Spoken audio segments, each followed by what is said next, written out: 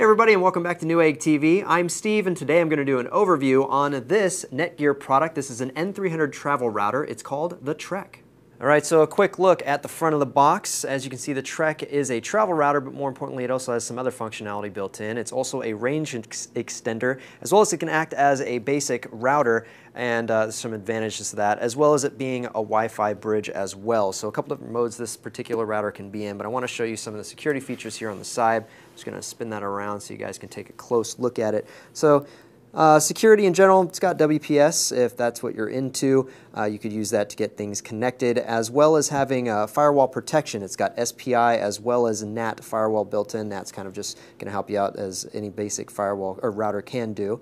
But aside from that, it also has denial of DOS service, I should say denial of service attacks, prevention, and you can set it up as a DMZ if you like to have completely and totally no connection protection whatsoever. Going down the list, we have some stuff inside the box that we're going to talk about, and finally down at the very bottom we have some system requirements. You guys can pause that and take a closer look at it if you'd like. I probably have the logo in the way, sorry about that guys. But then we're going to flip it around to the back, finish off on a couple more features that I wanted to mention. Basically, because it's a travel router, you can take it with you on business trips and the like.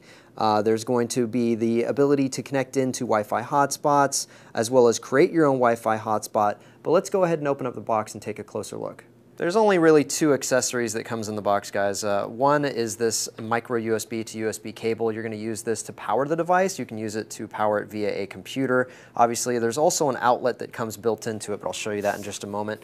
As well as some paperwork. They do provide for you this installation guide. A bit of information in here is actually really helpful. Here's how you set up the Wi-Fi range extender, but in general you have several different options in here that the pictographs are very nice and very helpful. And finally, here is the Trek itself. So it is very small, actually. It's probably about, I want to say it's, well, actually I have them right here, 3.39 inches by 3.31 by 1.3 inches. In millimeters, that's 86.5 by 86.2 by 32.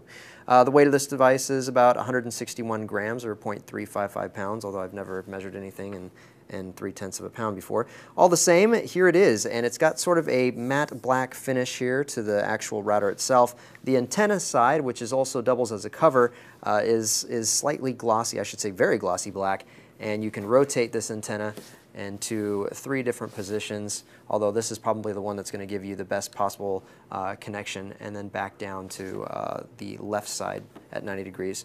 That also is a cover for the front, as I mentioned earlier. We have 4 different LEDs on the front: power, internet, Wi-Fi, and USB, letting you know when you have connectivity. Go ahead and close that. Flip it down to the top here. There's a little warning saying to turn the power off before plugging into an outlet. So just letting you know that you need to have this thing on off before you plug it in. Don't want to have a surge going through the electrical system inside. So we have one switch down at the bottom, turns it into wireless mode.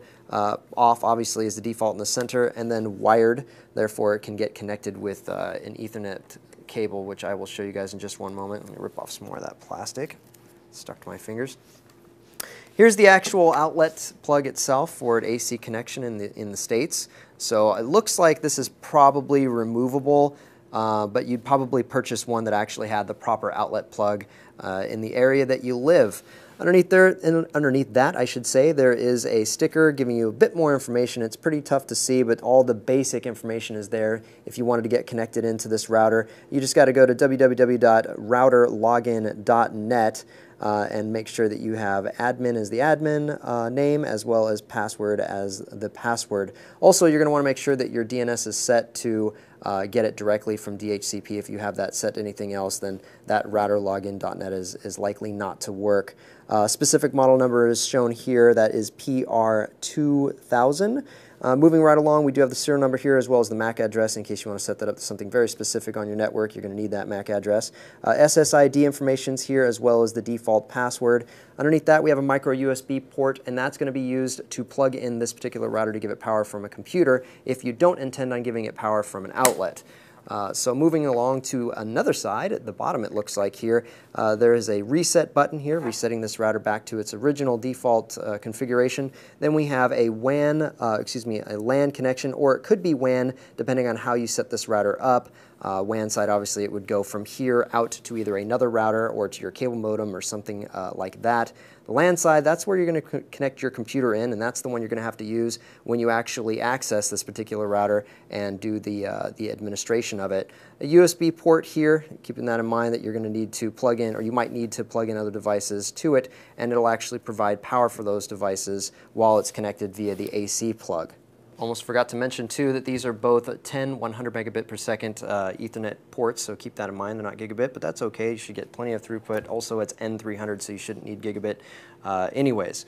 So moving along from that, there's a couple different modes I talked about earlier that I wanted to mention a little bit more information about. As I said before, you can connect to public hotspots, say in a coffee shop or a cell phone store, for instance, with this device, as long as you're within the network range so that you can get connected via your Wi-Fi. And also keep in mind that Wi-Fi hotspots typically don't have any security built in for the user. This firewall, this product does actually offer basic firewall support, which is basically better than nothing, I suppose, so keep that in mind. Also, it's a Wi-Fi range extender, so if you needed to fill a gap in your current household to connect your Wi-Fi, I guess you could technically use this for that as well as it being able to act as a standard router, and you can take advantage of its portability in order to do that, take it with you on business trips.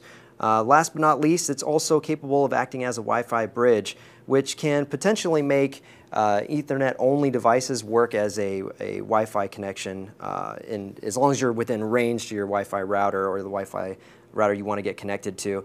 For example, you could use a smart TV that only has Ethernet capability to connect to the internet, and then use it to plug into this, set it up as a Wi-Fi bridge, and then you can connect to it wirelessly.